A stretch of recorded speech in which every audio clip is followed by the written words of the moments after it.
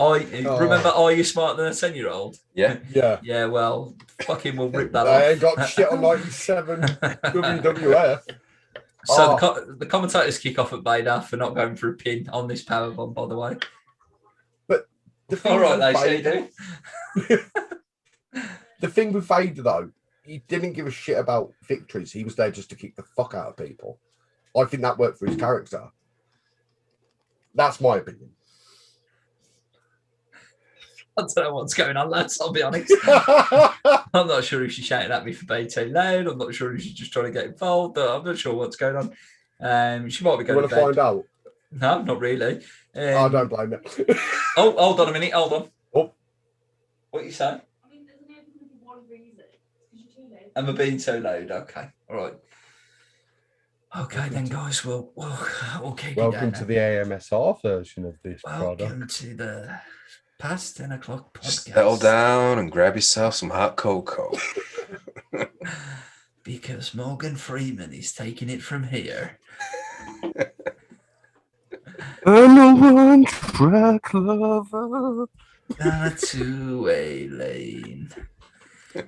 So JR puts over the superstar line during the match where Brian Pillman and Sonny have just interviewed Shawn Michaels. Now, that's probably something to do with losing his smile and some sunny days, I think. What about you? Yeah. That was definitely a Page Xavier Woods section. Brad Maddox. And a Brad Maddox. Yeah. That was that segment 20 years ago. We're turning the page here, lads. Yep. The commentators point out that there's 9 WrestleManias for the British Bulldog so far. Bullshit, it's 7. And that's my point, because I don't feel that he was on 9 WrestleManias to this point. 7. Don, 7. I checked this. Don, you've checked. Can you 7. confirm what WrestleManias he was on as a bonus question? I didn't write them down because I'm a fucking idiot. I just wanted to so point his it out. debut was at WrestleMania 2. Okay. And then I'll let you go from there. WrestleMania 2. No, you carry on if you've got them, please. I haven't. I'm dying on my arse. What? I had a The feeling. WrestleMania Rain Man doesn't know anything about WrestleMania. I mean, It's calling out your honour. we're talking about the British Bulldog. It is quite specific to a foul. Yeah. Yeah. JR just made it up on the spot and hope for the best, really, didn't I think he wasn't far. It's better than saying it's his 3rd one. You know what I mean? Like, To be fair, he only had 13 numbers to go by, so yeah, he plucked. Vince McMahon didn't correct him, that's for sure, and he's the promoter of the fucking federation. So just as a little bit of a trivia here based on that. So obviously 9 appearances at WrestleMania for the Bulldog, apparently. But Mankind, Vader, Rikishi, the Headbangers, Furnace, LaFon, Bradshaw, Wyndham, and The Rock all made their WrestleMania debuts at this one. Yeah. So that's a pretty big chunk of the people that we've seen so far that have made a debut at WrestleMania. People are going to go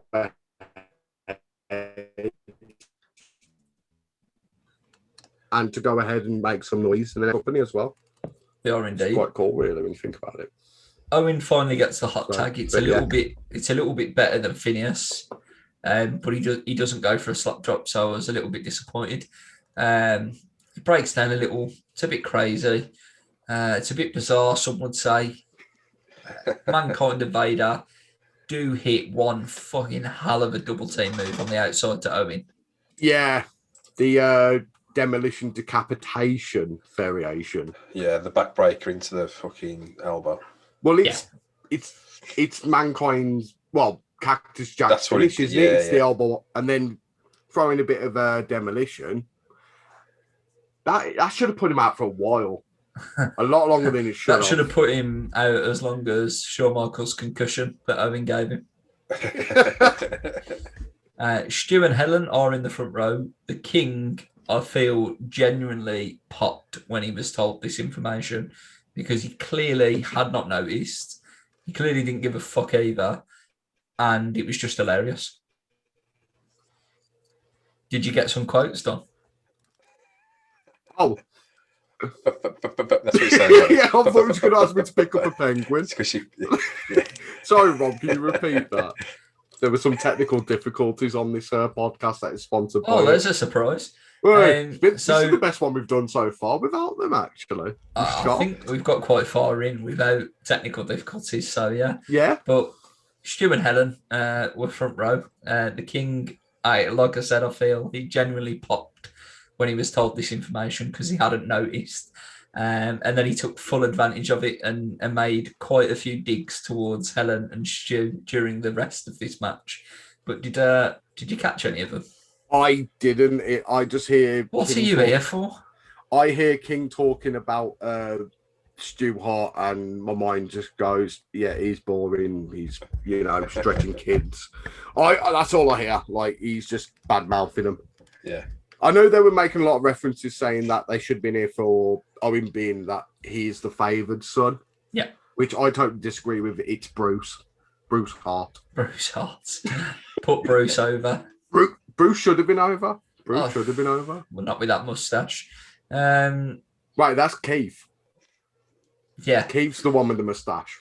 So WrestleMania 2 also took place in this venue. Did I just correct Rain Man? Did I just correct Rain Man? I think I did. I'm proud of myself. Are you okay? I've just corrected Rain Man on WWE. Okay, so WrestleMania 2 also took place in this venue. Where the football players battle royal took place. Andre the Giant, shout out to that legend, won that one. Vince and JR start getting the dicks out about who can name which pay-per-views have been in this venue. JR obviously wins. The match goes long, but it does keep my interest, whereas Triple H and Goldust and Rocky Maivia versus the Sultan, they went a bit long, but I weren't really into them as much as this one. I don't know about you two. Yeah. Yeah, this was a lot more fun to watch, to be honest. I agree. Owen hits a beautiful belly-to-belly suplex on the outside as the King carries on ribbing on the Hearts. Fucking Helen as well. He's literally just mugging Helen off constantly. So maybe she'll smile after that, the stupid bitch. That's what he might as well have said anyway. I'd love that if just Vince had said, "So I want to say, kid, this stupid bitch." I think that's mania. That'd have been a mania moment. The King didn't give a fuck what he was saying. He was getting paid to say it. That was all from Vince anyway. So Owen makes a tag to the Bulldog for his hot tag. Vader's mask comes off as it just absolutely goes off. They'll stay off. Literally, British Bulldog goes stompy around the ring. It wasn't like the Kane fucking. It wasn't the Kane fucking mask fell off in Saudi Arabia. Yeah. Quick, get that back on. Come on, it was like the worst kept secret in wrestling. What does was it Saudi Arabia or was it Australia? Where was he? Was Saudi it Arabia. Showdown or Greatest? Yes, Saudi Arabia. Yeah. Yeah, I think it was Saudi Arabia. The Saudi DX Blood versus the Brothers of Destruction, Yeah. So the mandible claw gets put on the Bulldog. Vader just literally grabs Owen, chucks him off the rope, gives him the belly splash, and he knocks Bulldog and Mankind to the outside of the ring. Mankind does not let go of the mandible claw, or he does, and then he puts it back in. You be the judge of that. Either way, it ends up as a double count out finish, which for a WrestleMania match is very strange to me. Yeah. That we've seen a double count out finish. I know they'll probably wanted to do something different here, but the next match is obviously going to be something completely different, being a submission match. So I'm not sure why they did it or why that was the finish that they chose. The finish on this match, I think the finish on this match would have been, obviously, they didn't want to hurt any of the teams. Yeah. Obviously, they've been put together last minute. It wasn't part of the story, was it? So it's a case of, nobody can lose. Keep them strong. Nobody can win. Yeah. Strong. That's the only way they could do it, really. I think he's... That's a Monday Night Raw finish, though, isn't it? Yeah. Yeah. At the end of the day, you watch Mania for like the conclusion of a feud. Yeah. You could have had a disqualification finish, though. don't let go of the mandible claw inside the ring and get disqualified. You don't have to do a double count out. Yeah. Heels think they've won, and then all of a sudden the ref reverses the decision. Could have done that. Finish the match a bit more proper. Trouble is, they were all heels. Yeah. And so I felt that when I first started watching, I got really confused by the whole heel thing. Oh, yeah. And I'd like to have seen them both really lean on that and both cheat. Yeah. To But try and out heel each other. I'd love that. But I think they went to fact, like you said. Owen and Bulldog took the face. Which is completely correct. Like, they should have, definitely. But I would have liked to have seen that dynamic because it'd been quite interesting. So, yeah, I mean, look, it all breaks down. He doesn't let go until Vader pulls his hair, basically. But Bulldog and Owen, it was class on it. That has got like extra half a star just because of that, rating, purely because of that. That's purely fantastic. because Vader was just like, and it was like Mankind was being pulled off like a little baby. Legit. He was like looking at him like, like proper in character and everything. It was beautiful. That was amazing. I loved it. That was better than the match to me. That was the match for you, right? I loved fantastic. I loved it. It was dead funny, dead class. I love it. So it went 16 minutes and 6 seconds. Bulldog and Owen leave together as the tag team champions. I have rated this one 2 stars.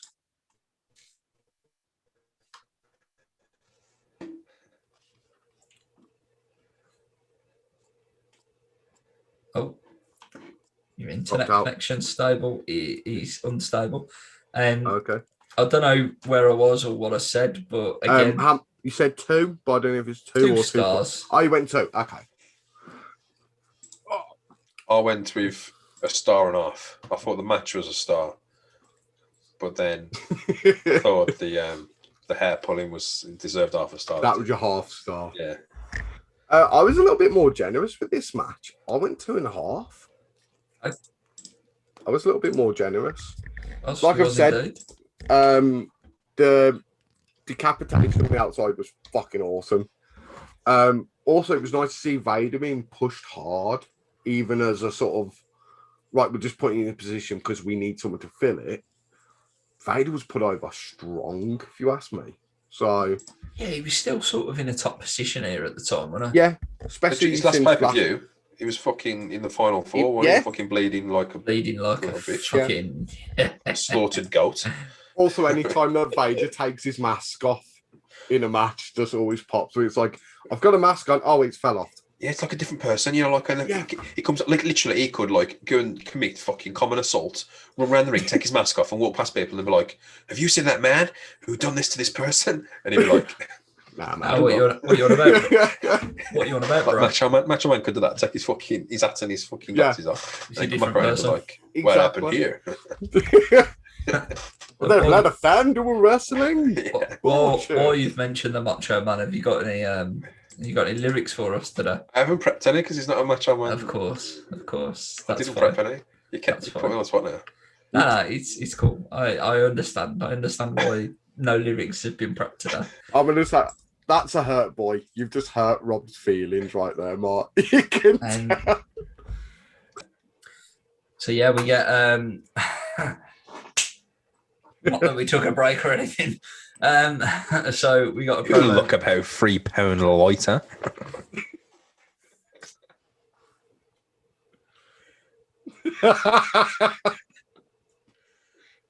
Well, let me change that. What's a challenge? Next, he puts the IV drip in that's just got like a bottle of honey Jack Daniels side of him. Get your arm elevated. Helps blood flow.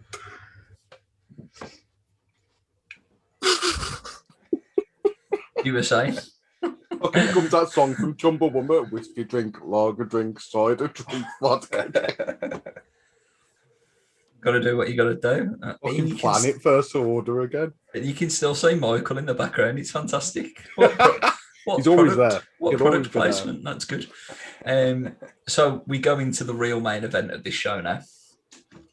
It's match number 5 on the card out of 7. We do get a promo package with Todd Pettingale doing the voiceover. for Bret versus Austin. Not as impactful as the voiceover guy at the beginning of the show, but this was his job, I suppose. He does it to some sort of ability. I don't think it was his strong point, but he was obviously put in this position, wasn't he? Yeah. I like Todd, personally. I love Todd. Todd was always fun. If nothing else, he was fun.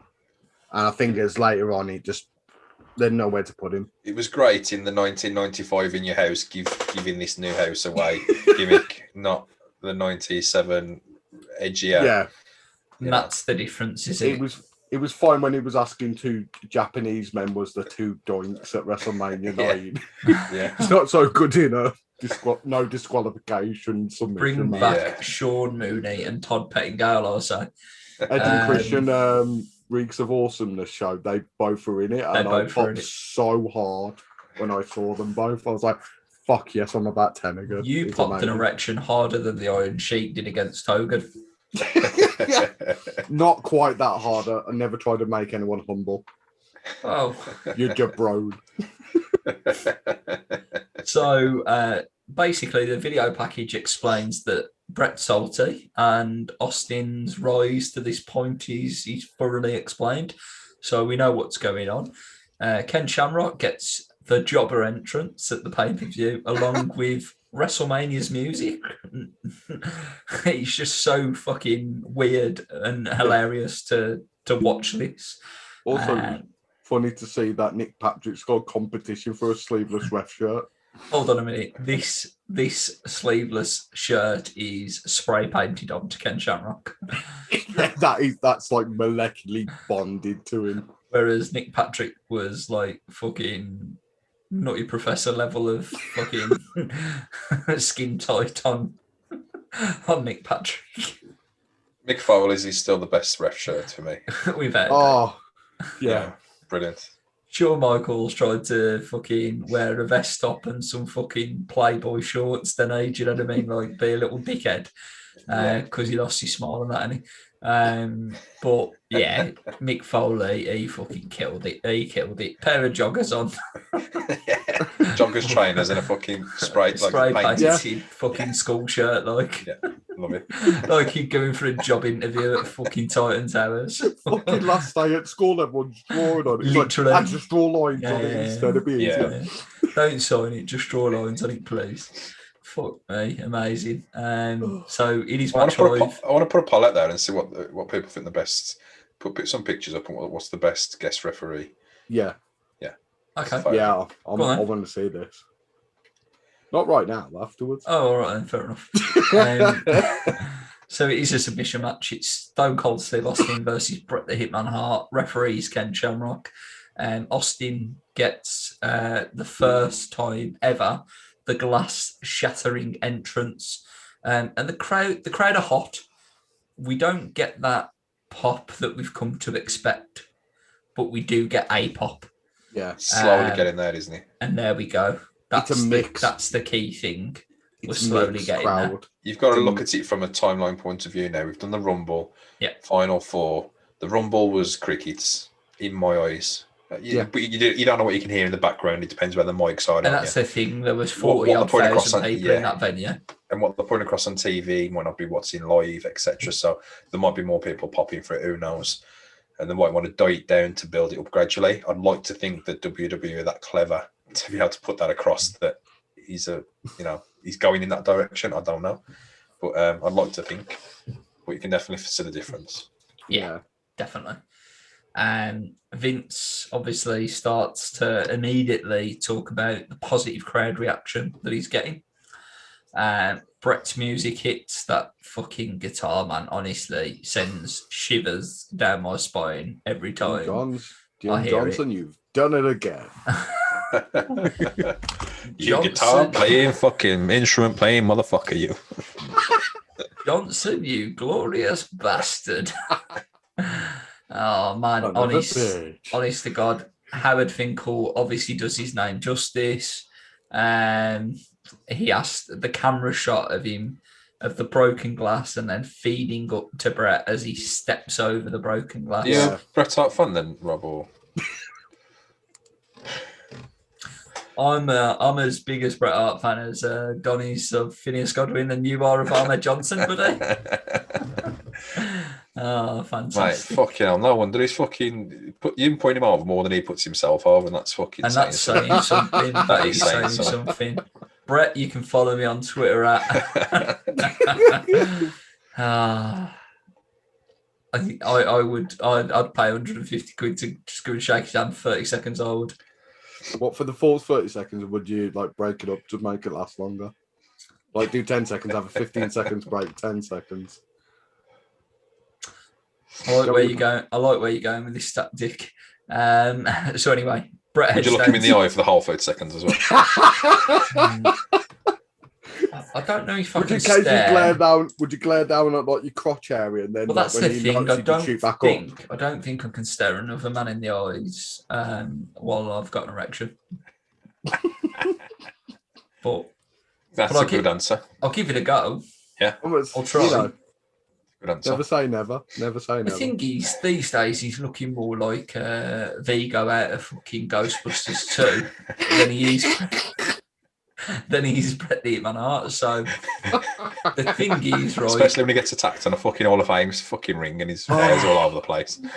The thing is about this is that obviously Bret is the pink and black attack. Well, what colour was Vigo's jizz under the city of New York? He was oozing pink everywhere, wasn't he, to be fair? There you go. Same person or It's just weird. just saying? And Bret Hart is quite big in New York. You ever seen him in the same room? Yeah, Have you seen exactly. him in the same room? Same time. Exactly. I'm watching Ghostbusters 2 straight after this. Okay. And then look at Bret Hart today and go, you look familiar. Yeah. Oh, on the condition you watch Blade, then look at Honky Tonk Man to like modern Today. And yeah. But it's also like looking at Shawn Michaels and then watching fucking Home Alone. And then you've got Joe Pesci. Wow. He could be Joe Pesci, or he could be the next door neighbour. What was the next door neighbour's name? Oh, the old creepy guy with the big shovel. With that beard, like just. That could be me though. You don't know. Just for men. I've seen your mugshot on Crime Watch. It's a little bit different. No, you should go squint your eyes to get rid of the blurring. That's the one. Back to this 5-star match then, or spoiler alert, Rob has rated this match. Spoiler alert. So yeah, there's no secrets about me being a massive Bret Hart fan, but he heads down to the ring with absolute purpose. You can clearly tell where this is going because Bret doesn't get in the ring. He doesn't fuck around in terms of his old, posing out to the crowd and giving it all of that shit with the fucking fireworks and what you'd expect at a big event, really, with Bret the Hitman Hart. Or a Monday Night Raw because of his ego. He literally takes his jacket off outside the ring. He hands his glasses over to a kid and he steps into the ring and he starts going towards Austin. Austin's stood in the corner and we've all seen this classic start to this match. Austin takes him down and it is an absolute fucking brawl from the get-go. It's just fantastic. Like, the crowd love it. The commentators love it. Fucking Austin and Bret are loving it. And more importantly, I fucking loved it. I don't know how you guys were feeling in the opening segments of this match. It's nice. It's nice to see like Stone Cold working as well. I know he worked a lot after, obviously, he broke his neck, but he was a different type of attacker. One, he learned to, he's on his podcast and stuff. He learned to like use his attacks a bit more. I had to change my game, kid. You know what I mean? But it was good to see him just a bit more freer, and it was good. I really, enjoyed seeing Stone Cold like this. I forgot what he worked like. 97 is quite, it is an early year when he broke his neck quite and early. I've only got one criticism in this match, and that is Bret worked the leg for quite an extended period of time of Austin when they eventually got back into the ring, which we'll come to. But when Austin started to get on top a little bit, he sort of forgot. He forgot to sell the leg. Yeah. I think that's the problem with selling your leg, though. You want to try and keep all your momentum, but you've also got to think, fuck, I can't go 100%. It's one's always going to outweigh the other, if you ask me. Even if you just limp a little bit every now and again, just like, to keep it in the mind there. And that's the thing, he didn't go back to it, which he hasn't got to roll around in agony. He's just got to be. He's just got to give it some acknowledgement of the work. Yeah. All you're doing is a theatre show, isn't it? You tell the audience to look at your leg. Oh, yeah, that reminded me. Yeah, that's what you're doing. You're pointing to the area, or you're selling the area that you want the people to focus on, aren't you? Yeah. I'm going to have to confess something to you two lads about this match. Up to when I watched this to review it, I never watched the match in full. I've never watched this match until I watched this for this review. So this You've always remembered like the iconic. I've seen the end, but I've never watched it in context of the entire match. Yeah.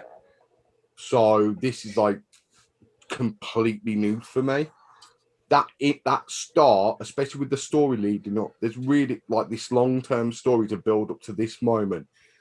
That start is fucking perfect. I like the fact as well that like Stone Cold, it's like the camera's behind Stone Cold, and he just gives like a little look out to the audience. Yeah, and then like bang straight into it, takes him down, and it's fantastic. I like matches as well. You where expect Bret the Hitman Hart to lock up with someone, don't you? Yeah. Technical. Not today. Austin's like, nah, I know your game, kid, and having none of that. Like, I do know the $1 million hole, but I ain't using it.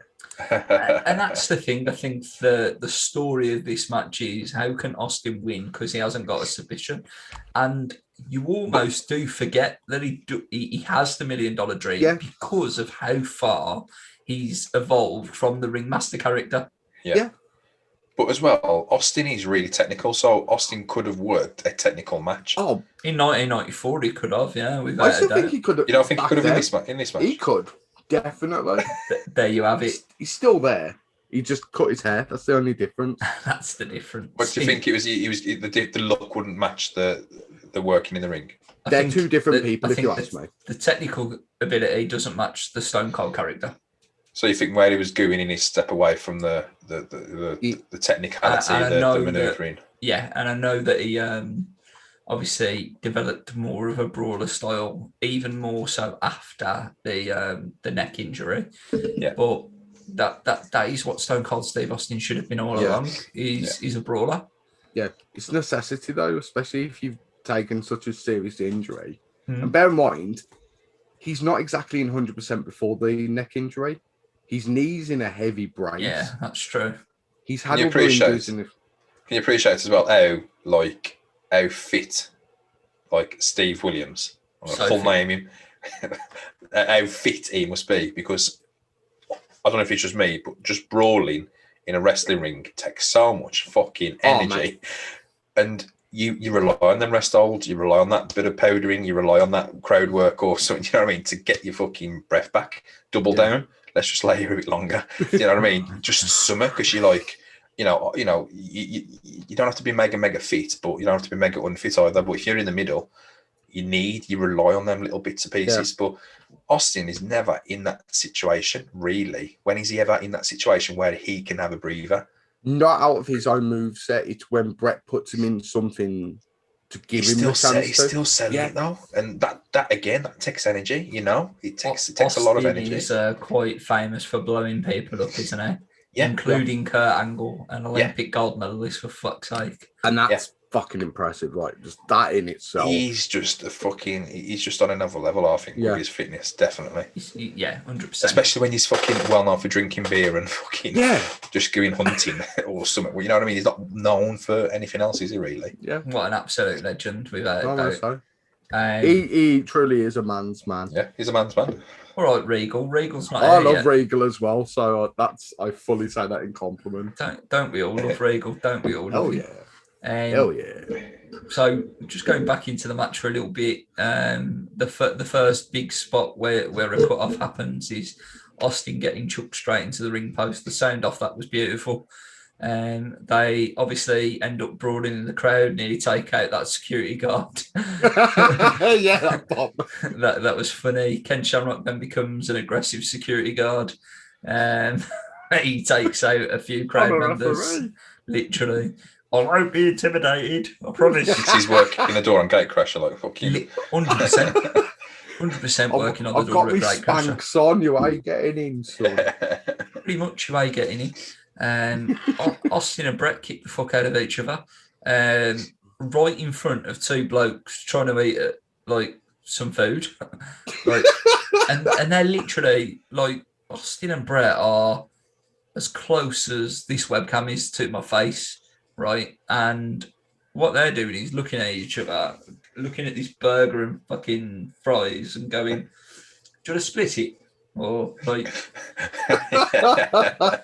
totally oblivious to what's going on. And then they're like, the notice, and it's like, oh, I'm gonna just like hide my food over here. Because Austin goes to grab the vendor's like fucking basket, doesn't he? Like, you know, over his head. And he realises he can't get it off, and he just becomes fucking hilarious. Obviously, they then go up the stairs.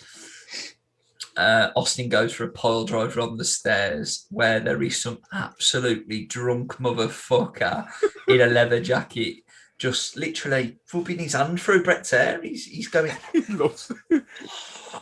Rob Campbell there in disguise, trying to get DNA samples. He's on it, literally loving life, fucking loving life. And then Bret reverses it. Fucking backdrop on the stairs. That must have fucking hurt.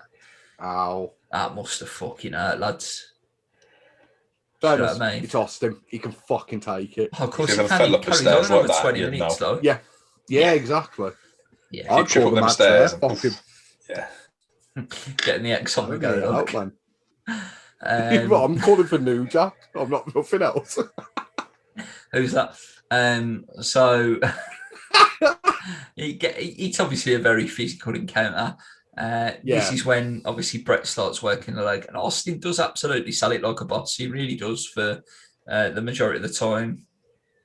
And we've talked about the fact that Austin doesn't really have a submission, even though he does, but because of how far the characters come, he doesn't. I don't recall him putting in a submission, if I'm honest. I don't remember him putting in a submission during this match. One. Which one did he put in, Don? The Boston Crab. Okay. And he attempted to put in the sharpshooter, but he fucking botched it. He botched it that much. Bret was like, he can fuck right off. He did tell Bret was like, nah, fuck off. He didn't help him out. Look, like Shawn Michaels. If it ain't fucking you on my back, I've got Sting on my back. I've got Ricky Choshu giving me shit about this. Don't fuck with me. It's because Austin put his foot on the wrong side. Yeah. And like Bret, you could tell Bret was getting pissed off, so he just fucking rolled him and kicked him off. Again, funny. Do you think it's because Stu Hart was in the crowd and he was probably, yeah, like eye raping him into stretching him properly? Yeah, definitely. Fucking class. I'm very happy. Bret puts in the figure four leg lock around the ring post, which love that spot. At the time was very, very, very innovative. If that's the word. Innovative. We're having a good time here, lads. Innovative. I haven't drank that much, I promise. How much have you gone through this week? Quickly top up before we get an answer. Not enough. So I only recall Bret putting on this figure four leg lock against big guys in the past. So the likes of The Undertaker, the likes of Diesel. In 1997, it started to become more of a regular thing against anybody and everybody because it was such an impressive spot, really, that deserved the reaction that it got. Yeah. And I think this was the first time, really, that he applied it. I'm not sure if he applied it at Survivor Series 96 against Austin, to be fair. But this is the first time I really remember him putting it on against someone of a similar size to him, where it mattered. And then obviously he carried on doing it all through his through the rest of his career until Goldberg kicked him in the head. So yeah. And that figure four's got a like shoot hurt as well. That's got a legit hurt because you can't help him out by pushing a bit, levitating a bit off or not putting as much pressure on. Literally, you're hanging off their legs in a figure four. There's no way that can't hurt you. The only way I can see that not hurting is if you're actually making contact with the floor, so you can prop them up. But Bret Hart's hanging off him, ain't he? Yeah, exactly. That's the only way. So he's got to be pulling on his legs and everything. Yeah. Like, fucking how's that don't fucking kill. It's a fucking beautiful spot, though. It is a beautiful spot, absolutely. A chair and a ring bell brought into the ring. Bret sets Austin up to go and basically stomp on his ankle, similar to what happened to Brian Pillman. Austin gets out of it, gets the chair, smashes Bret over the top of the head while he's on the top rope. Yeah. To an absolute fucking right ovation, really. He started to obviously get even more physical at this point. Yeah. Bret's daughter's covering her eyes in like the front row next to Ellen. King makes a comment about Bret's told her to cover her face when she's on camera because how ugly she is. There you go. You did write some of them. Beautiful moment. Beautiful moment. And the thing is, it's going to get a lot worse for kids in the front row, family members of the kids. Yeah. You know, when I think of kids front row, I think of Mick Foley, Royal Rumble 99, which is coming our way, in a couple of years. And fuck me, she was in bits, wasn't she? Noel. They both were, to be honest, though. Yeah, they were. You imagine that scene, your dad, like, let's be honest, getting his head caved in by The Rock with a weapon. It's not Cluedo, it's real life, and he ain't putting his hands up for it. You can't tell a kid it ain't fake. It wasn't fake, but you can't sell that to a kid at their age. Do you know what I mean? You can't. But they sent the point in time that JR's telling us that you can't fake that. Yeah. Now doesn't even know it's going to happen yet. That's the weird thing, but we are like a little bit ahead of ourselves. And then it's the spot that finally busts open Stone Cold Steve Austin as he avoids the cameraman to take out 10 people. Yeah. So avoiding one person means he took out 10 people, which was cool. But fuck me, he did hit that rail hard. But spoiler alert, he bladed. Yeah, I was trying to clock whether that. I knew it was a blade job, but I was trying to clock if I could catch him. Yeah. Vince, it's got to be easy put it that way. under the announcer's table. It's got to be the easiest place to do it, ain't it, I suppose. When you see guys doing it under the ring as well, it's like, oh, bang my head, I'm under the ring. Oh, yeah, I'm going to roll under here, and then I'm going to roll back out, and da-da. I fell in some red paint, and it's all over me. And then you got people in the ring. I've seen one on Facebook, I think it was, where literally the black referee blatantly hands him a blade, and he's like this in the ring, like on the floor, like doing this, like trying to be a bit discreet. I hope. Yeah. He's just like lying down, and he's like this. He's doing it in front of everyone. I'm like, what the fuck? You were discreet enough when you bladed. I was actually going to ask this because I think of the three of us, you're the only one that's bladed. Is that correct? Yeah. So I haven't bladed potentially. I don't think I'd do it again. You never did. No. But I mean, doing it in that moment, what was it like? Fucking petrified. Was you thinking, what the fuck am I doing here? Yeah.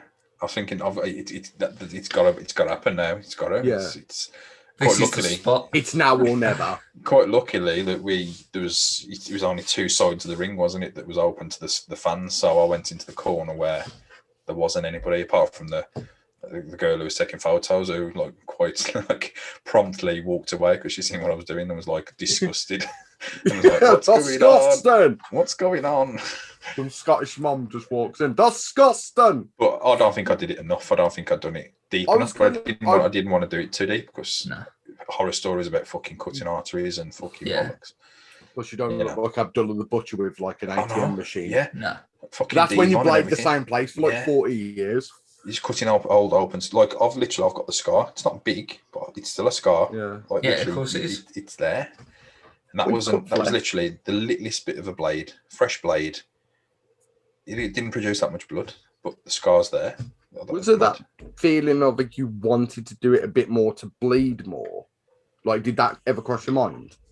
I didn't know how much I was bleeding. I thought I was bleeding loads, to be fair. And then you look, it's like one trickle of blood. And literally, I thought you were bleeding enough. Eh? I thought you were bleeding enough. Oh, did you? Okay. I think when it mixes the crowd, sweat and the crowd gives that gasp. Yeah. To say, oh, that's the reaction that you want. Yeah. Yeah. That's what we were aiming for. That's what we got. Yeah. got the reaction. You want that, like, oh, fuck. Yeah. And that's exactly what happened.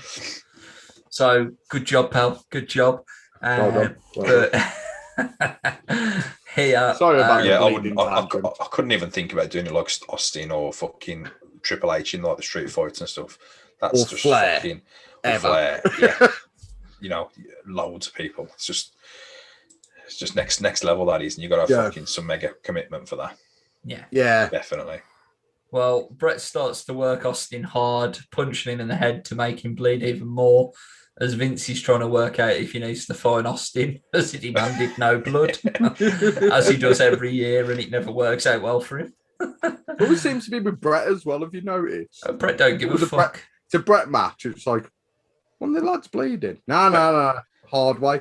No fucks whatsoever. But yeah, he can get away with it, can't he? Yeah. And in fairness, that was a fucking gusher as well. Yeah, it was. That was a good fucking job.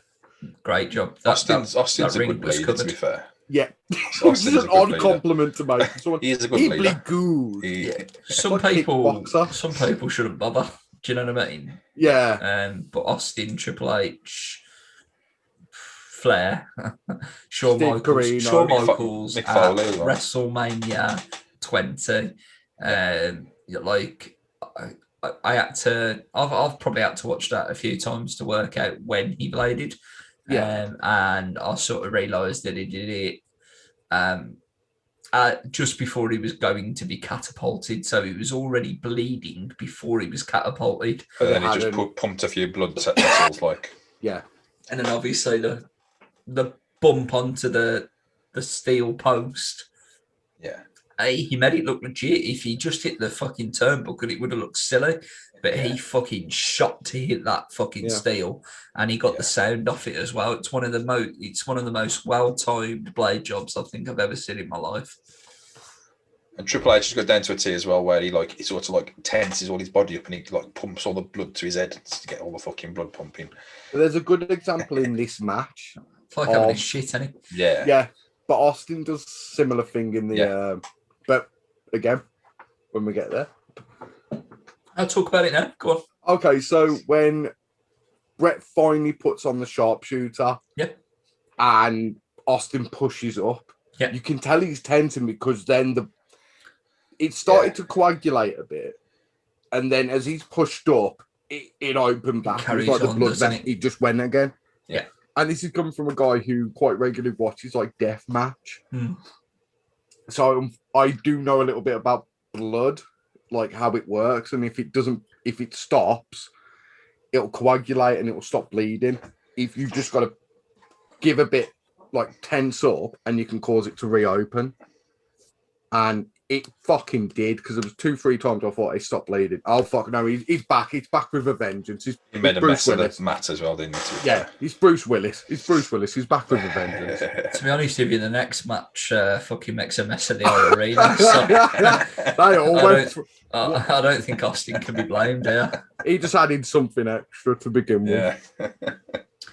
I think, as we've said, this without a doubt is the main event, and there's a few other spots. You know, Austin hits a superplex on Hart. Bret gets kicked straight in the dick, so Austin can have a breather. The one I say the one spot, the other spot that Bret needed to correct for Austin. Which, to be fair, with the condition Austin was in, I don't think it's a big deal at all. But the ring bell was obviously one side. Austin placed Bret the other side in terms of the ring apron. So Bret had to climb into the ring to climb back out the ring to be on the right ring apron by the time Austin had gone and got the cable to choke him. And then obviously they did the bell spot. Once they did the bell spot, it was time for the sharpshooter. And then the famous scene that obviously we spoke about and that we all know and that we've all seen over and over and over again. It might be in black and white these days, but we understand obviously what's going on. Austin does start to fade, but then he gets that one last attempt and breaks the hold. Obviously, like you say, the commentators put over, oh, that's not happened before, blah, blah, blah. Bret obviously whacks it back in. Austin starts the fade. Shamrock says something to the effect of, if you don't answer me, I'll ring the bell, or some bollocks like that. Obviously, Austin passes out and rings the bell. Bret the Hitman Hart wins this absolutely fucking classic match that's obviously still talked about today. Yeah. I'll just ask as well. 24 years later, did we say? Yeah? 24, yeah. Yeah. Go on, what's your question? My question is, why didn't he do the arm up, arm down 3 count? Do they ever do that when it's this sort of finish, other than when it's a sleeper? Or I have seen other than when it's a sleeper? But it's the same sort of thing. It's passing him out, isn't he? So, or would it be classed as a knockout? I suppose nowadays, in some situations, they lift the arm once, don't they? Yeah. And they go, he's out, ring the bell, or she's out, ring the bell. Yeah. Because obviously, the women do these type of finishes too nowadays. It's not just in the men's wrestling. But I suppose would it I suppose took you're right. away the finish? It took away the unresponsive. I think doing a 3 count would have ruined it. Yeah. Yeah, it'd have seemed too tacky, and you've got to think maybe the one lift, what they do now. Yeah, could have worked because now I still prefer this finish. The spotties that you lift, it's a comeback, isn't it? It's like you lift the arm, put it down, lift the arm, put it down, lift the arm. Oh no, fucking hell, he's alive. Fans go, yeah, he gets up. Yeah, when exactly. It comes crashing down. You know what I mean? Doesn't work for me, brother. Or you've got a shot, hit the ropes, duck, come back, clothesline, fire up, come on, body slam. It's very rarely used as that finish now, but it sort of bores me, that does, when they do the arm gimmick, because I know what's coming. I want it to end halfway through a match. That will surprise me, and that'll make me remember the match then. Yeah. Finish a match off without a comeback, without a fucking fake finish. Just finish it off in the heat. Yeah, just dominant. When you're not expecting it, you think, oh, here we go. Let's just switch off for a bit. Yeah, and okay. Then He's permanent sleep. In a choke block. Done. 3. Oh, okay. Fucking hell. The ref fuck up? You're expecting the comeback there. You're expecting the fire up. Fucking Jamie Noble. I think my argument to the finish of this is you've got to think, if you want to kayfabe argue it, think about Ken Shamrock, and he's coming from UFC and mixed martial arts. They don't fuck about with arms. And they'll call it. If someone's out, they'll end it. And that was my next point, really. What do they do in MMA? They just call it. If you're out, you're out. And there you go. They'll just jump in and... Well, why didn't he do that then and get Bret off him straight away, like they do in MMA? Because the thing is, he was doing a hold to his legs, but it's not like a choke hold where that can kill someone. Yeah. It's in danger, but it's not like life-threatening danger. Yeah. And I think that's Christopher the difference. Reeves danger. Yeah. Fell off like Christopher Reeves' horse. But like that's...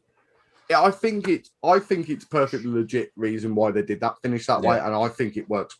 Like I said, I'm watching this for the first time, completely brand new, and I fucking love this finish. Yeah. And there was one moment in the match as well where I got so pumped up where Austin just started throwing fists in the corner and then started stomping. Him. And it was like, fuck, he woke up. Yeah. He looked like he was like at the moment of he's going to shoot. And I was like, fuck, I'm in. That was the moment. He must have his rest periods when most people don't. He's having rest periods when he's doing crisscross. It must be fucking beautiful. Also, I love when he just randomly hit a stunner in the match as a break. Oh yeah, dead random. That was like, if you've got a finish where you can hit like that, crowd popped to the stunner. Yeah. Because I've started to recognise it now as that finish. Yeah, as exactly. that. Oh, if he hits that, it's over. And it proves it is a move. Weirdly, that can be hit out of most positions. It hasn't got to be like the kick. You can just bang. Done. But the kick does something to it, if you ask me. Yeah. Shout out to Michael P.S. Hayes, who actually invented the move, according to Austin. Don't forget Jake the Snake Roberts. Right. So, obviously, Bret's celebrating. He goes up all the corners, still thinking he's a baby. He's pointless silly cunt. And then he starts obviously going back to the leg of Austin. Shamrock obviously then gets involved and basically fucking chucks him off, doesn't he? Takes him out, squares up to him, and then the thing that Bret does is walk away, which solidifies the turn. And as he's walking away, he's fucking telling people in the front row up the aisle to go fuck themselves. Yeah, he's proper got on that one bloke's face, and he was like, "Fuck you," audibly. Yeah, "Fuck you." Putting the middle finger up at people. He's like a good spade in the proper salty Bret. Yeah. I love it. Proper salty Bret. Fantastic. Austin, obviously, he's being helped up by Mike Chioda at this point, the poor bastard. He's the only one trying to help him. I mean, there's a whole squad of referees and officials backstage. Yeah. JR did enough running. He could have jumped in and tried out. Yeah. There you go. Instead, Austin stuns Chioda. Yeah. And then takes a slow walk back down the middle of the aisle, hobbling along, selling everything, taking it all in, with the crowd obviously chanting Austin, and the double turn was complete. They got what they wanted, and they stole the show. It was executed perfectly. That match was executed perfectly, from in ring to storyline and what they wanted. Everybody played the part to make that, the sympathy on Austin, and the turn, and how much of a dickhead Bret Hart had become. And it obviously, in the promos leading up to it, he was obviously becoming a bit of a dickhead, wasn't he?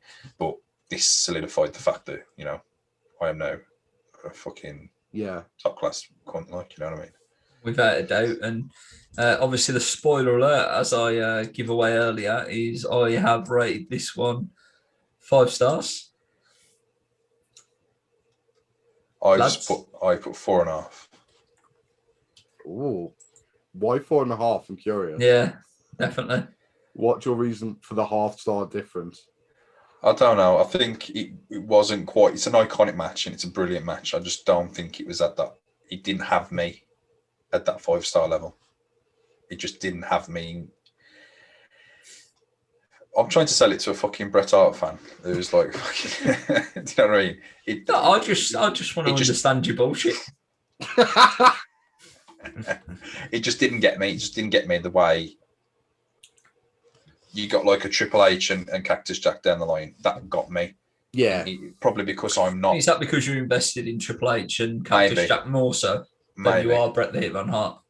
Maybe that's that. Maybe that's the reason why. If that's maybe I've never been big on Bret Hart. Yeah, maybe I've never been big on Bret Hart. I can appreciate the match. Is that because he was shit in WCW, which you mainly watched? Mainly, because all I know of Bret Hart really is I can't really remember Bret Hart in WWF live, living it day to day, whatever. I just know him from coming to WCW. That was being super salty Bret. Five. Channel 5, 7, 8 o'clock on a Friday night. Yeah. Being being not used and not utilised the right way. Yeah. And then it's only like watching stuff back. So I was never living Bret Hart like you was. So maybe I never got it as much. I remember this match, but I wasn't. Go and watch the King of the Ring 93. Hey? Go and watch the King of the Ring 93. Which one? Who won that? Which match? All of them.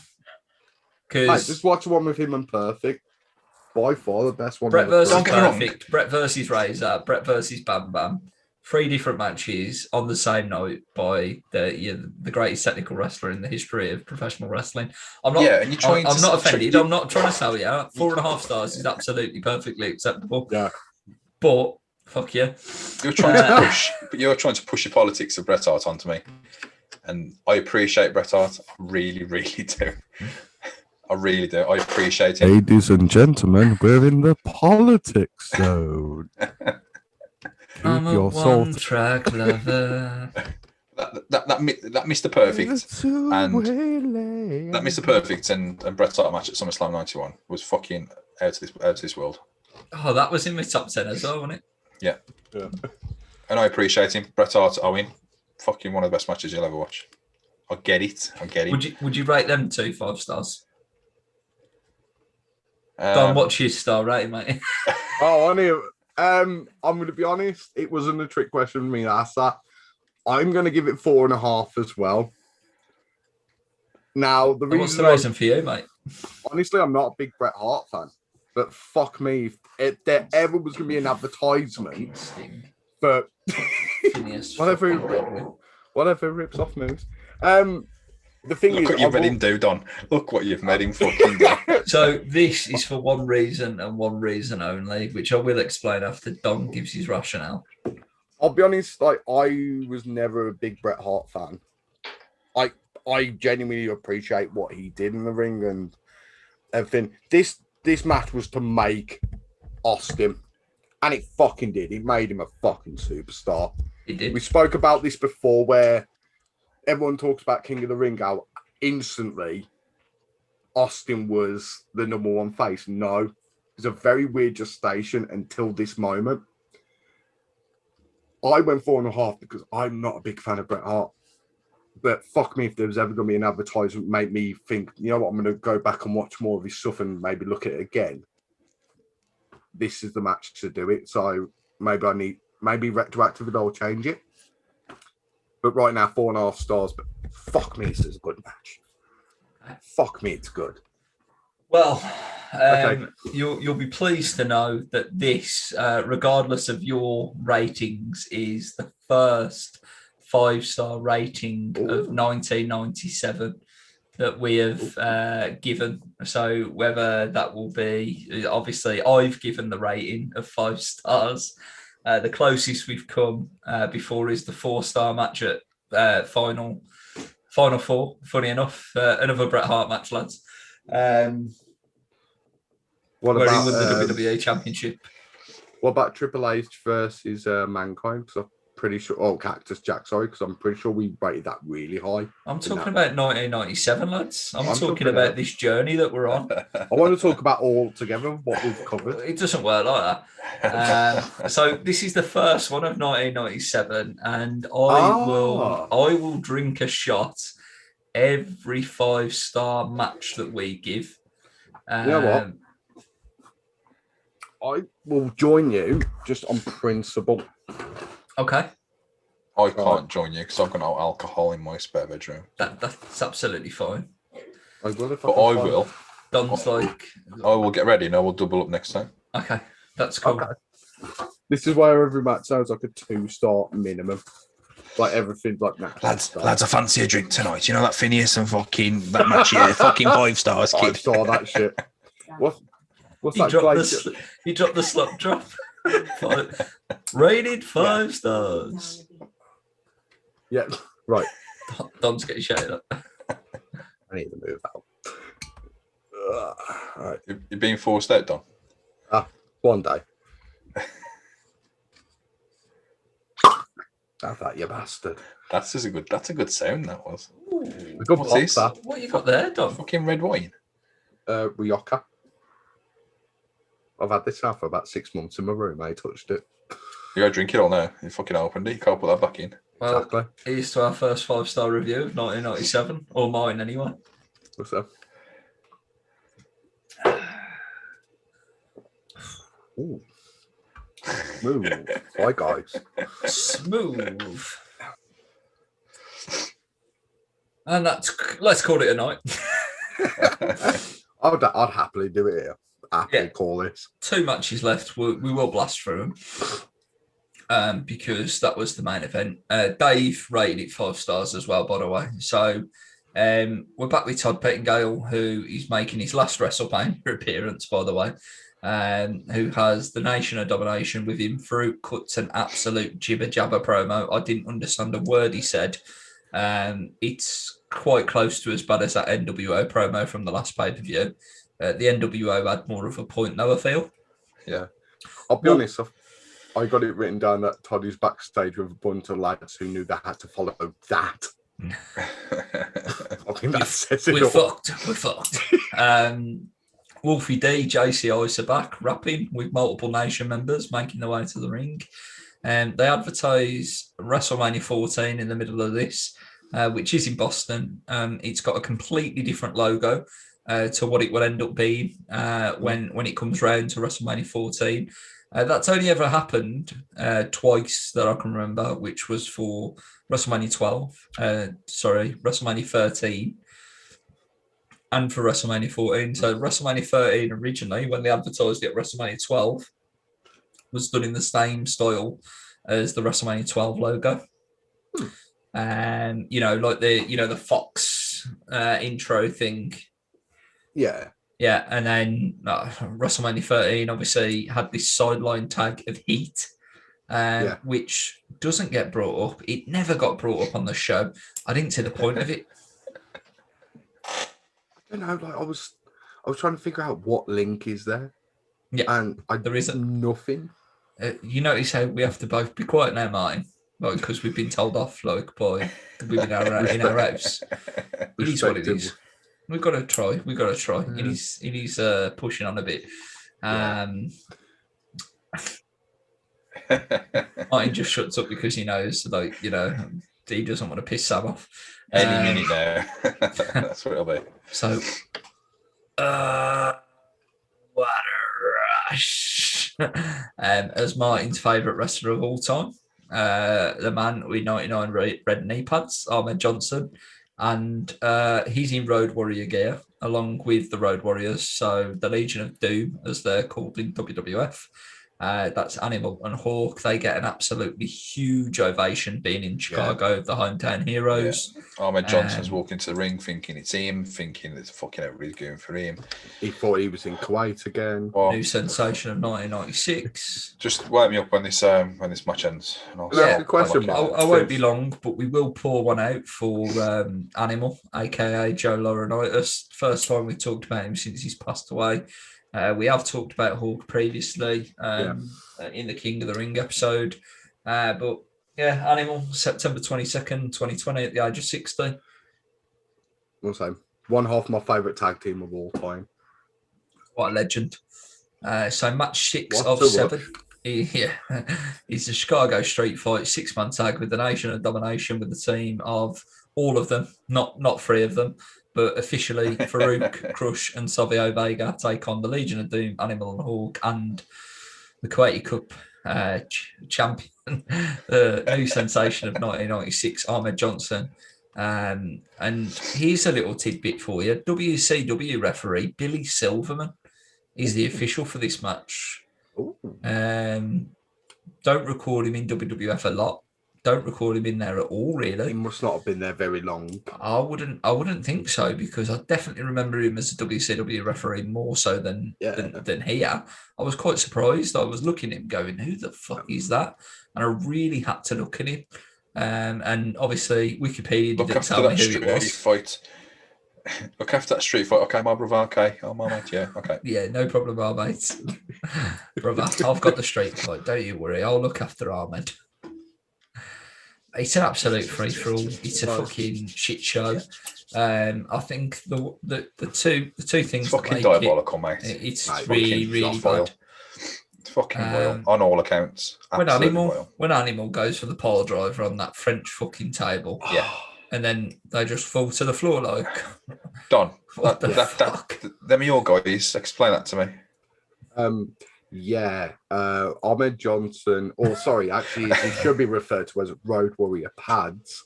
It's good. I like that. He's done well with that one. Make more notes going forward. No, that was off the top of my head. No, it wasn't. I wish I could show you my notes. I'll prove it. Let's get offended. I have to be. I'm the salty one. I'm doing my Bret Hart impression. Keep it down. Oh shit, sorry. Now, this was badly booked. It's fucking shocking. This feud's been going since before Rumble. Why? Since mid-96, yeah. It's just terrible. It's absolutely terrible. Ahmed Johnson done these stupid fucking flips over the barrier as well. I'm not gonna lie, that popped me actually. They were trying to run out of that fire extinguisher as well, wasn't they? They were trying to use it till it ran out. I mean, JR made a comment. It's not very good if you've got asthma sitting at ringside. Vince is like, oh shit, sorry, JR. I do apologise. He's just a fucking clusterfuck, look. Can we talk about Farouk eating shit on a bump? Do we have to, the one from the middle rope to the outside? Yeah, go on, I suppose. I'll let you have it. And he wasn't the first person to take a bump on his shoulder. Oh, it was horrible. And the camera didn't catch it either to begin with. That to show it on the replay. That's what I was talking about, like multiple angles, like a match like this, where essentially it's 3 singles matches in one go. I tell you what, I'm fed up. This is coming from me. I'm going to say this now. I'm fed up of seeing like multi-man hardcore brawls. Yeah. I don't mind one-on-one, even 3 ways are fine.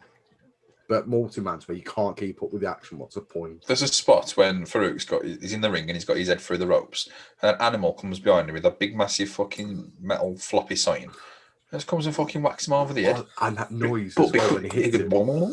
But because it like takes, because the sign is massive, he doesn't come down with any force because he catches loads of wind. Yeah. So it's like, boom. And then Farouk sells it like the sound effect. Yeah.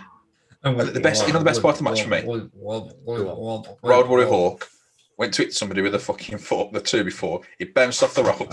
He went dead in the air, and then he caught it again. With one hand. Yeah, best part of the match. Because if that went anywhere else, there's a fucking lawsuit coming. Do you know what I mean? Imagine that flying into the audience. Look, the baby faces won. Yeah. It should have ended with the Doomsday device, but instead Ahmed Johnson had to get the victory. So they picked was it Crush? I think, yeah. Crush, and Ahmed Johnson had to use the 2x4.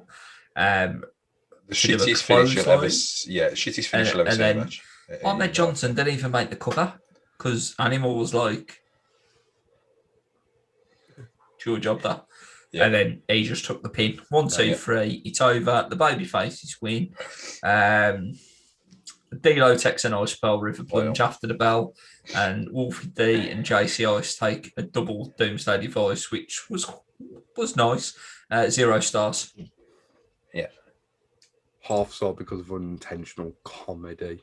Fucking hell. There was too many moments in this that made me laugh. Do you know what would have been good? Do you know what would have been good for this? Dusty and Bobby the Brain Heenan. Oh. The thing is, like I said, though, if you'd have booked this first and then had the 4-way tag match here, I think it'd work. Plus, it'd break up to no DQ matches. I think if it went on first, it still would have been shit. It would have, yeah. But it got the crowd going. It would have got the crowd going. Whereas the crowd were fucking dead for that fatal 4-way. And that's the position they should have been in. Just imagine the mess they would have left the fucking arena in as well, though, all the way through that pay-per-view. True. Imagine leaving loads of white fucking traces of everywhere. The Undertaker and Sid have got to wrestle for the biggest prize in the game. In a fucking in all this shit. Yeah. In a ring with Hep B and the outside with like white. Yeah. What a day to be alive. So we get the second advert for the next pay-per-view. What was your rating? Oh, sorry, yeah. 0. Oh, okay, yes, sorry. I believe it or not, on my spreadsheet, I already written 0. You won't believe what he's rated this one, Big Dave. You won't believe it. 4. And get it a good one. 3.5 stars. 2.5 stars, something like that. 3.5.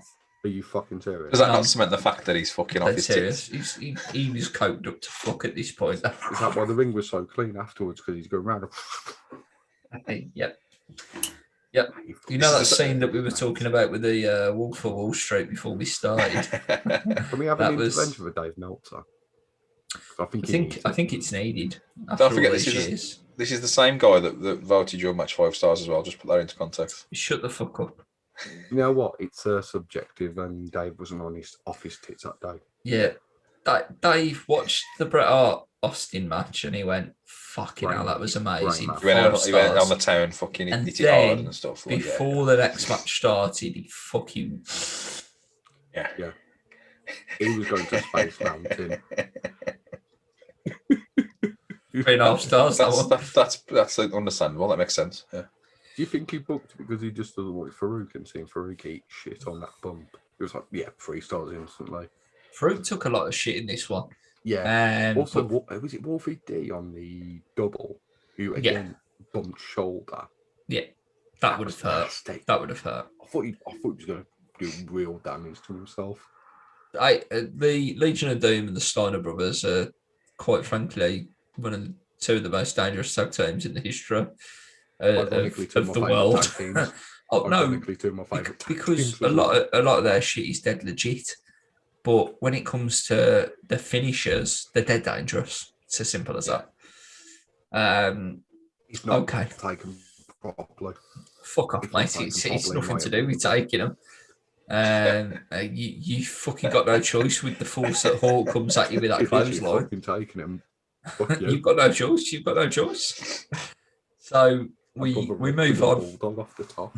HBK, he has to get his appearance in. His music hits right before the main event. The crowd down the main entry are just pulling him from pillar to post. You can see him getting more and more frustrated as we go along. But then he gets to the ring and he looks in the ring and he sees that his fireworks gimmicks are there and he's got to go in and do that. But he wants to take his time. He wants to steal the spotlight. And he doesn't go in the ring straight away. Instead, he goes around the front row to fucking crack on around there and high five everybody and shake people's hands and just take the fucking piss, to be honest. And then he finally goes in and he does his pose. But does he really do his pose? Nah. He's just like looking at the fireworks coming. Yeah. Get on with it then. Put down commentary. Doing his blazer. And then he goes over to the commentary table and I just think he's taking the fucking piss there.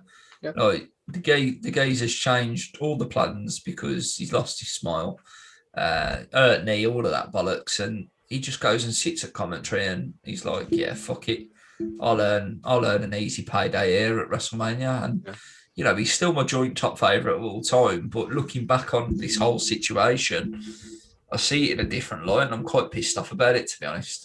Yeah, he's looking into the TV monitors on the table, and you can see himself, and he's looking at himself on the camera and stuff. He's got the biggest fucking ego, like living at this point. He's and you know, people say like Triple H was like, you know, he was a different person. Like I fucking hated him and all that sort of stuff. That you can understand that is true. Imagine him being backstage. Yeah. Which of a dickhead he would have been, and Triple H just wiping his hands of him, being a dickhead, falling out for years, like. Do you know what I mean? The amount of guys who could have potentially made such money for not only themselves but the company.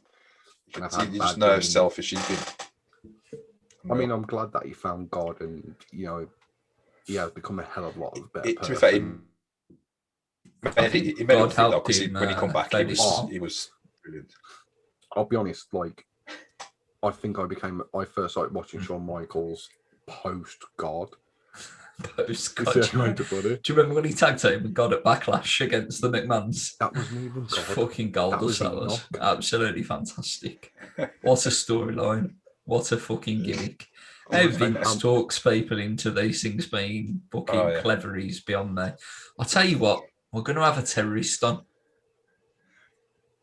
You know what? And people are like, yeah, sound. No problem, Vince. No problem at all. 9/11's just happened. What we're going to do? We're still going to book him. Yeah. It'll just disappear, though. Because that's how it works. It's like we've said, though. I think very early in this review, as it feels like 2 years ago we started this, we said that no one would... This is our longest episode ever, and you enjoy yourself. Give an idea. I will. But people telling him, like, people never said no to him, so when he had a stupid idea, it was like, yeah, that's brilliant, go for it. Prove your point. But nah.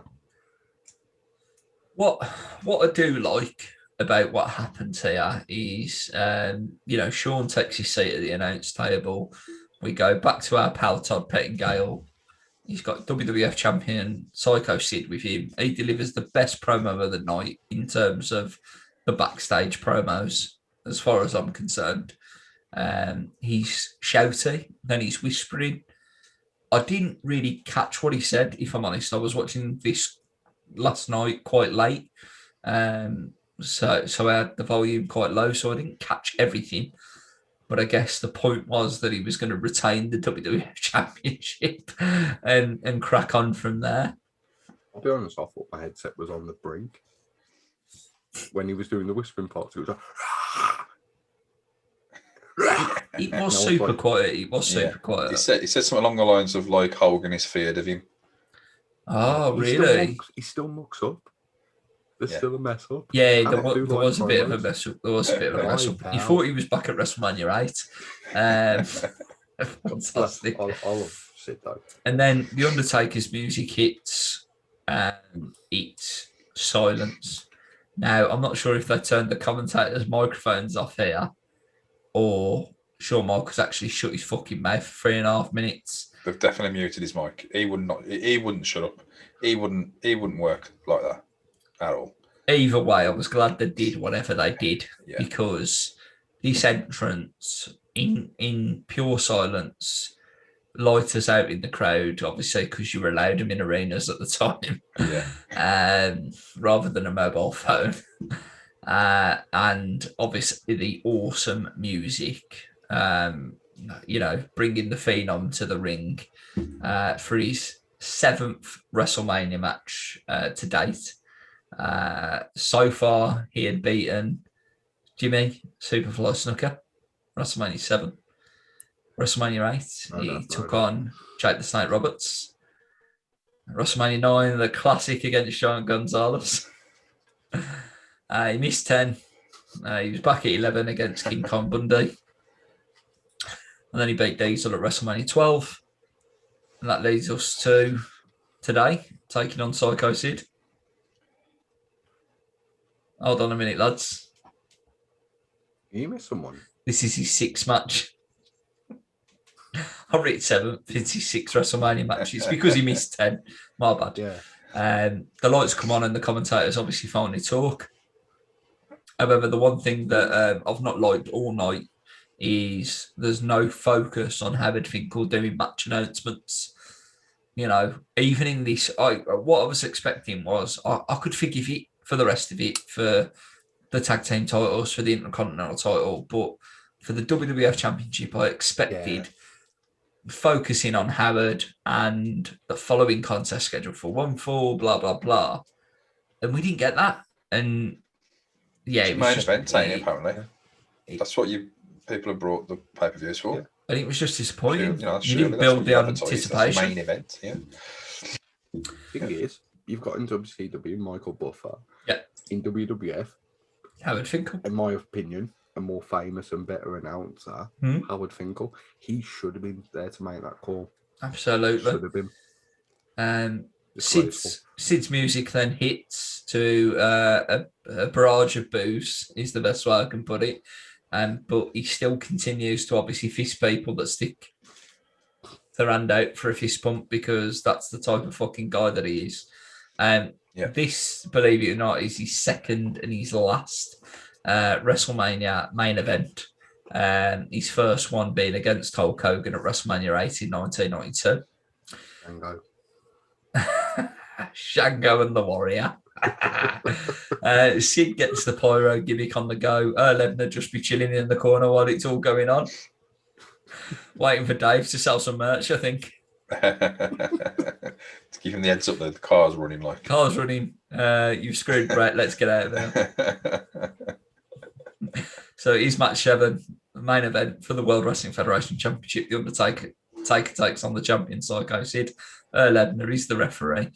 Also, while I talk about Lebner, I completely forgot to mention this earlier, but Rocky Maivia, aka The Rock, Earl Hebner, I'm going to throw this out there now, right?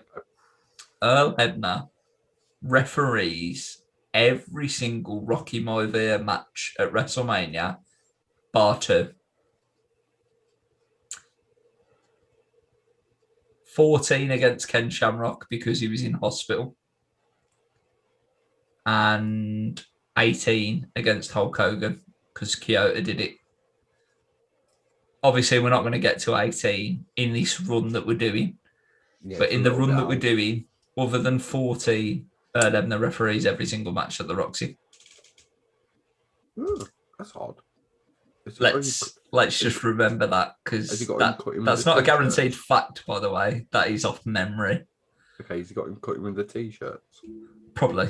Yeah, 5. How many matches has The Rock been in then in WrestleMania? Do you want me to just go through now to 17 where we finish this run? Yeah. We'll do every one. Okay, so The Rock versus Kevin Shamrock at WrestleMania 14 for the Intercontinental title. 15 was against Stone Cold Steve Austin for the WWF title, where actually Mankind referees it. I fucked it. Earl Hebner was supposed to ref it though. I think Earl starts actually, or Earl does start, or Vince starts. I'm sure Earl Hebner starts actually, or does Kyoto start? It's one of the two anyway. We'll get there. I'm backtracking. Fuck it. WrestleMania 2000 is the fatal four-way match for the WWF Championship with Everett McMahon in a corner. The Rock, Triple H, Big Show, and Mankind, or Mick Foley, Cactus Jack, whatever he's going by. And then WrestleMania 17 is against Stone Cold Steve Austin for the WWF Championship. Once again, Earl Hebner's the referee. That's just off memory. So, Wikipedia. Do you want me to carry on, or? Yeah, let's go, man. So 18 was against Hulk Hogan. I believe Mike Chioda was the referee there, obviously in Toronto, Canada for that one. At WrestleMania 19, it was back again against Stone Cold Steve Austin for his last match. Finally beating him, spoiler alert. Earl Hebner, the referee for that one. WrestleMania 20, he was in a handicap match with him and the Rock and Sock Connection. Mick Foley versus Evolution, Batista, Randy Orton, and the Nature Boy, Ric Flair, baby. And then he doesn't come back until, 27, but he wrestles at 28 and 29, both against John Cena. And then don't forget that famous encounter he had against Eric Rowan at WrestleMania 32. Yeah. Who was the ref for that one? Well, against Eric Rowan. Yeah. Mike Chioda. Oh. Who knows? It could have been anybody at that point. I'd switched off by that point. My history brain has switched off. Who cares about who Rock wrestles Eric Rowan? Was we talking about The Undertaker and Sycho Sid? Or... Yeah. I love that we've moved on to... Tangent. Oh, I'm all right with it. It's WrestleMania, and this is the one that sells our product.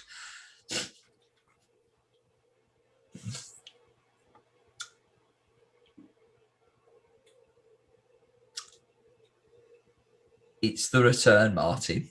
The return of Sycho Sid. The Mac. Oh.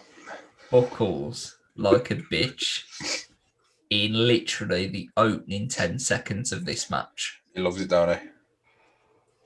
Ultimately, he is the probably gold standard for someone buckling like a bitch. He would be the training video. You know, you get health and safety videos at work that say, "Don't do this." I was on a health and safety meeting today. That's hilarious. I want to see this video. I think I'm going to make a proper health and safety style video. Are you going to put Sid, Disco Inferno, Conan, and Earl Hebner in it? Yeah. Good. And Mongo. Yeah. And Chris Benoit hanging people.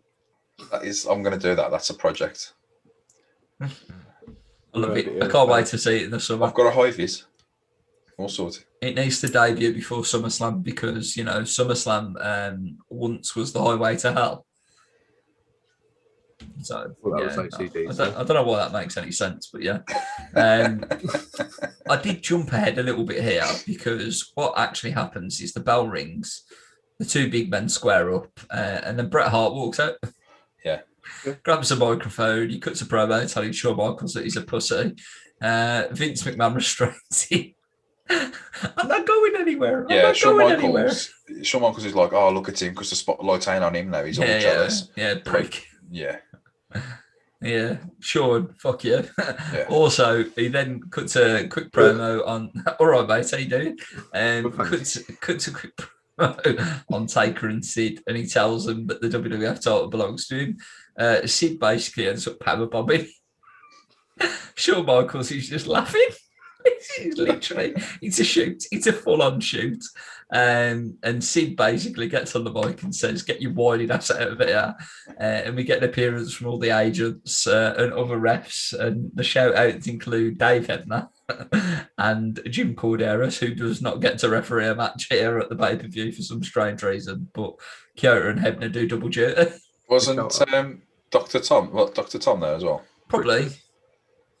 I didn't make a note of all the agents, to be honest, mate. I saw Rene Goulet. Rene Goulet, he's always there, isn't he? He was there at WrestleMania 8 for Sid and Hogan. Mate, anytime, I mean this as a challenge, anytime there's like one of these moments where they have to drag someone backstage, look out for him. He's always there. He's the same as Patterson. He's always there making money. Get out for 5 seconds, you've got 10 grand. That's a good job. The crowd are dead. I think they're quite settled, and I think that is because it's very similar to when Jericho and Triple H went on after the Rock and Hogan. You've had Bret and Austin, and then you've had the Legion of Doom, and Ahmed Johnson.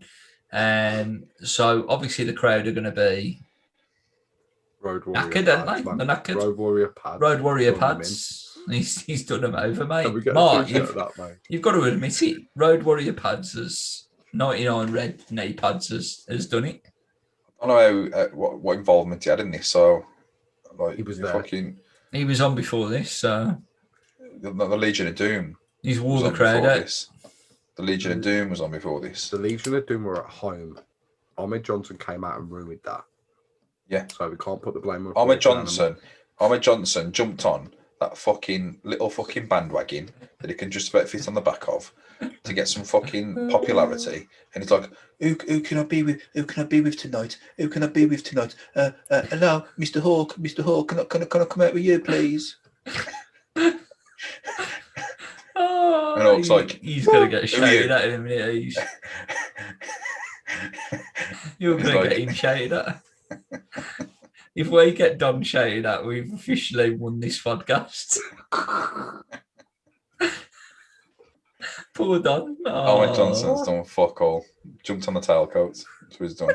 He's lost his shit. Look at him. I love when Mark shoots. It kills me. Oh, mate, it's one of the best moments ever. I swear to God, I every time that Martin shoots, I wish he'd shoot like every match. I shoot. I don't want to hear him talk about normal. I want him shooting. I don't want to hear him talking about 4.5-star matches. I just want to hear him shoot.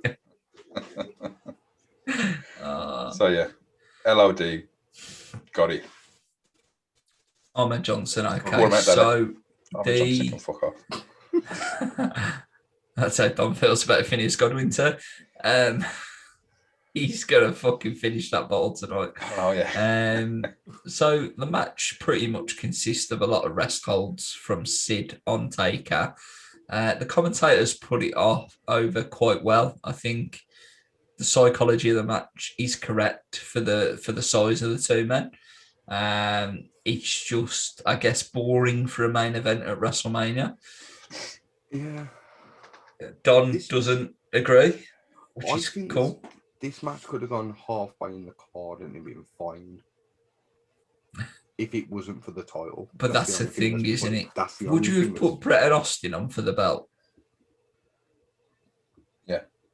Who would have been the champion going in? Bret.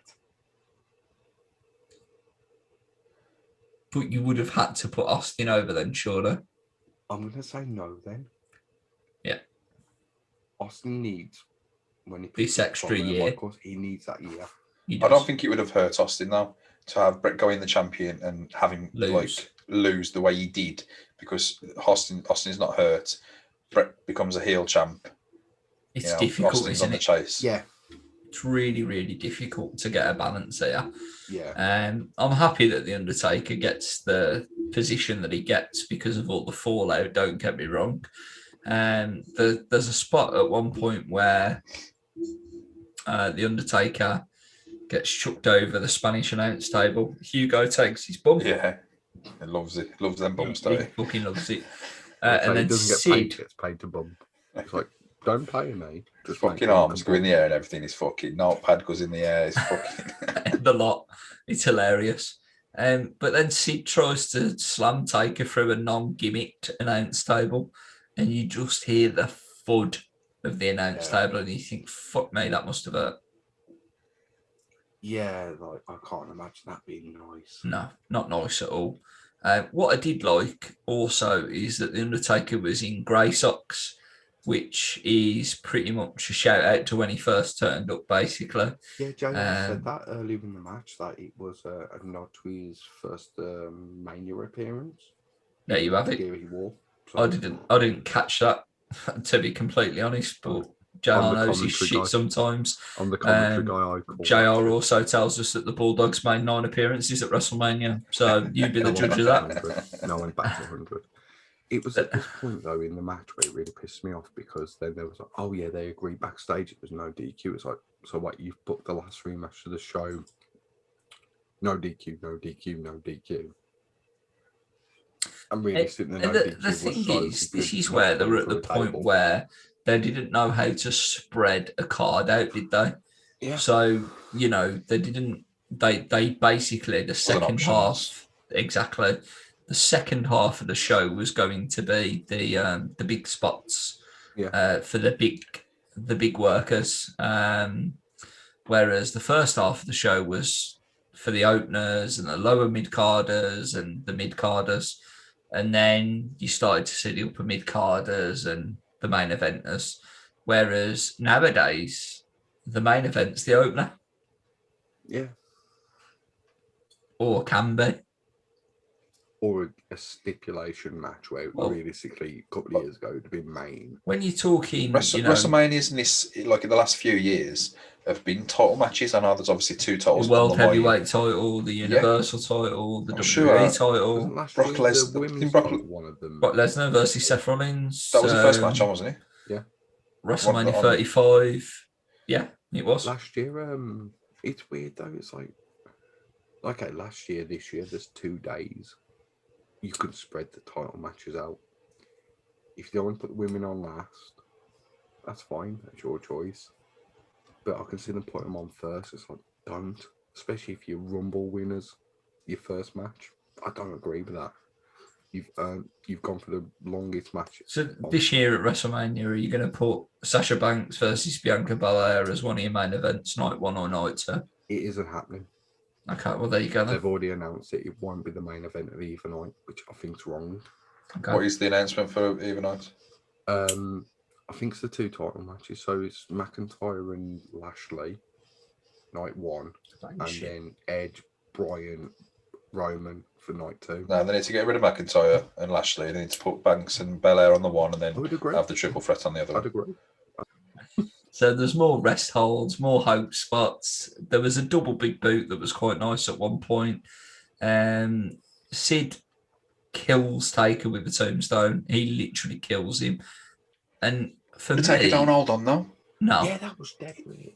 For me... Undertaker's got his arms like flapping like this. Yeah, and for me, that's one of the first times that spot was ever done. Yeah.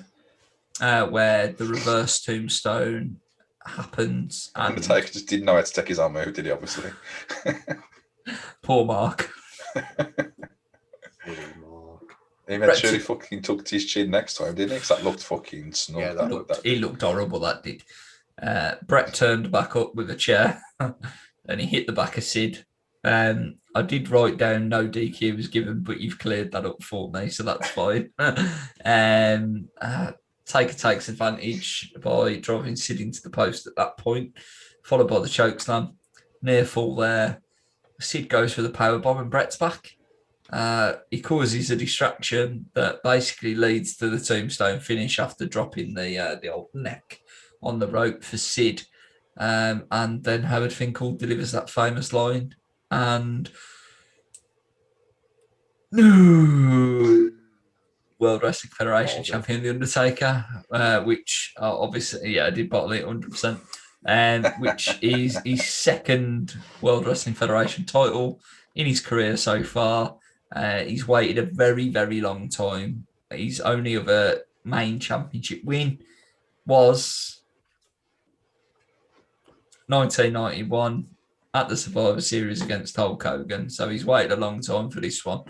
And we just go off the air, obviously, with the Undertaker celebrating, and it's the end of the show. But that one went 21.19 seconds.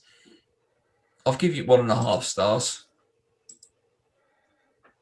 I'll give it 2 stars. I've gone 1.5.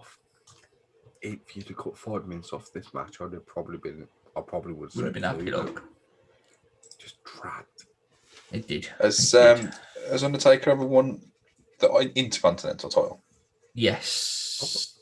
Yeah, he defended it against Jeff Hardy in that ladder match, didn't he? No, it was the Universal title. No, title. that was a hardcore. Well, was he? Yeah, it was a hardcore belt. Fuck That was off. when It's WWF Championship, you cunt. I don't think he's ever had the I don't think the Undertaker has ever won that, to be fair, actually, now that you've mentioned I'm pretty sure he's not a Grand Slam. No, he's not. Fucking dickhead. Although your boy Miz has got 2 Grand You'd have Slams. positioned yourself to win at least one, wouldn't you? To like get in that. Just like a week and then, yeah. Oh shit. Just let Vince, just let me win it, just to get in that book. Like, yeah, he's never won the US title or the Intercontinental title. I didn't think so.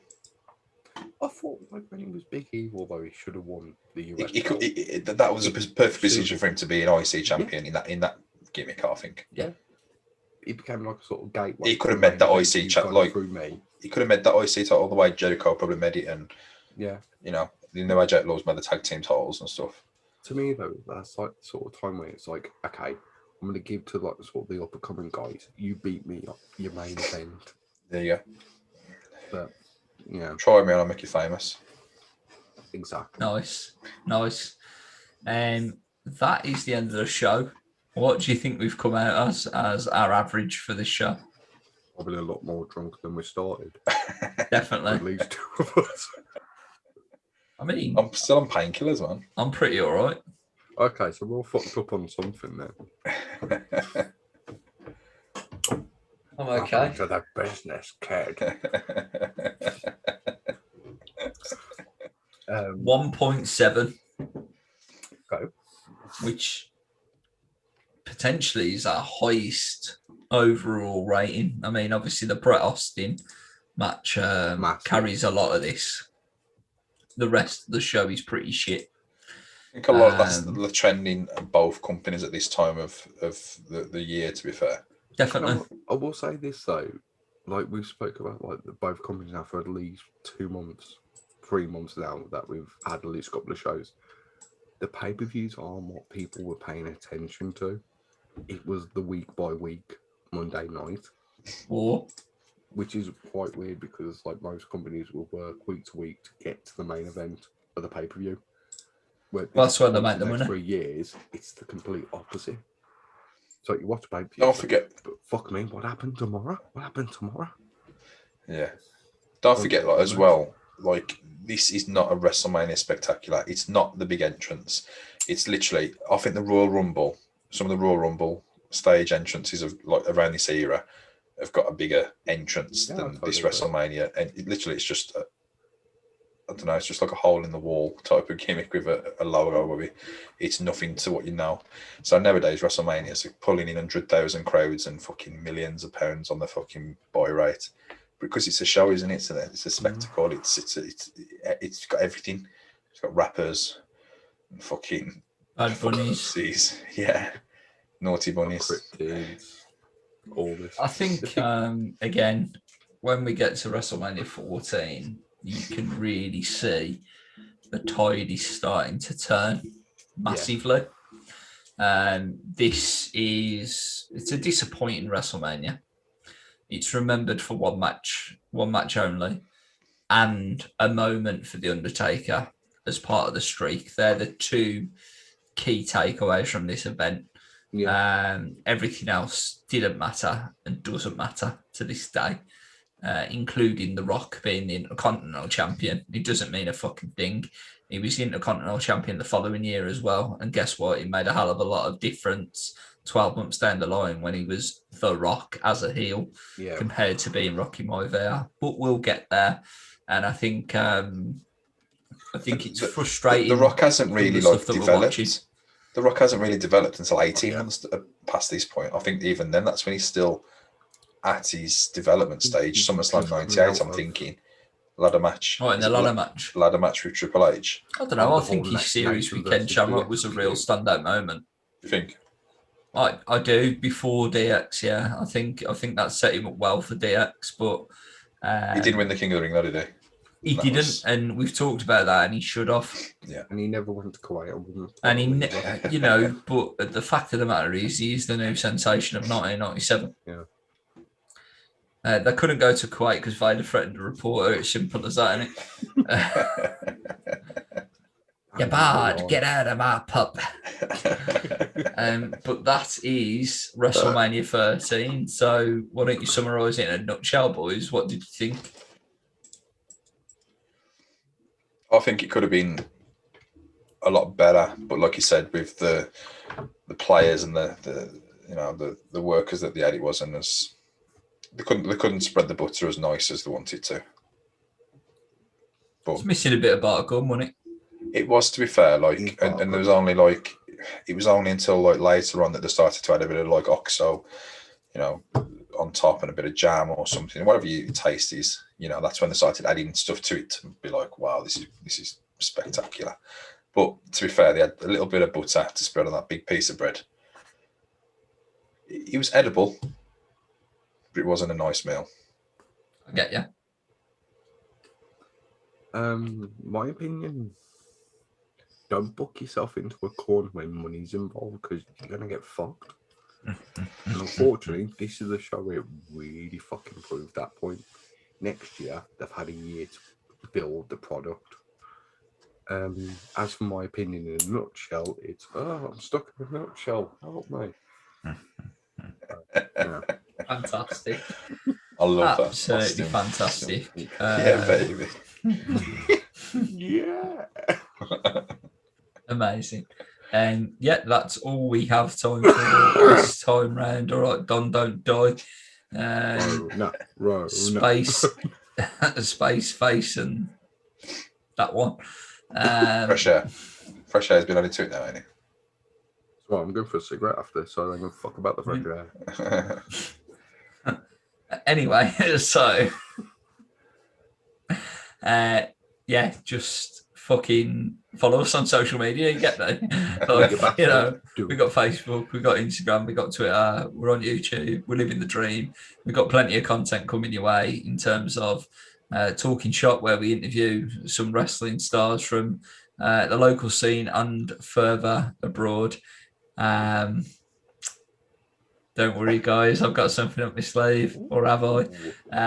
Watch-alongs, which include 30 match roulette, where we chose between 10 WWE matches from myself, 10 WCW matches from Mr. Holland, and 10 ECW matches from Mr. Cornfield. All available on Facebook to watch those. Next up for the pay-per-view review, it is back to WCW in the Time Machine for Spring Stampede 1997, where we'll see the Four Horsemen finally as cowboys. But until then, we're going to step out of the DeLorean back into the real world of Lockdown 2021. And I've been Rob Campbell, alongside technical difficulties. I've been alongside. I am technical difficulties. I've been sponsored by. Fantastic. Thanks for listening. Enjoy WrestleMania. Take care.